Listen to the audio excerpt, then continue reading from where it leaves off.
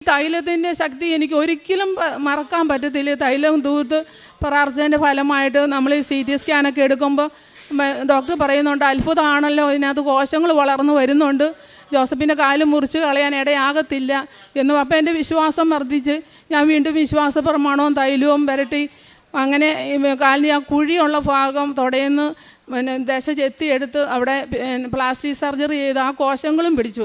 അപ്പോൾ ഈ പുതിയ കോശം ഇപ്പോൾ അവർ പറഞ്ഞു വിരൽ തൊടരുത്, വേറെ വസ്തുക്കളൊന്നും തൂക്കരുതെന്നൊക്കെ പറയുമായെങ്കിലും ഡോക്ടർമാർ പോയി കഴിയുമ്പോൾ ഞാൻ തൈലം എടുത്ത് അവിടെ ആ വെച്ച് പിടിപ്പിച്ച ദശയുടെ മുകളിൽ കുരിശ് വരച്ച് വിശ്വാസ പ്രമാണം ചെല്ലും. വളരെ അത്ഭുതമെന്ന് പറയട്ടെ, ആ മുറിച്ച് കളയുന്ന കാല് വളരെ അത്ഭുതമായിട്ട് രക്ഷപ്പെട്ട് കോശങ്ങൾ വളർന്ന് പുള്ളിക്ക് ആ കാലിന് ചലനശേഷിയായി. ഞങ്ങൾ ഡിസ്ചാർജ് ചെയ്ത് വീട്ടിൽ വന്ന് പിന്നെ ഫിസിയോതെറാപ്പി ചെയ്യുകയും 1-2 ആഴ്ച കൂടുമ്പോൾ വീണ്ടും ഞങ്ങൾ അന്ന് ആ വന്ന അവസ്ഥ ഈ മൊബൈലിലുണ്ട്. മൊബൈലിൽ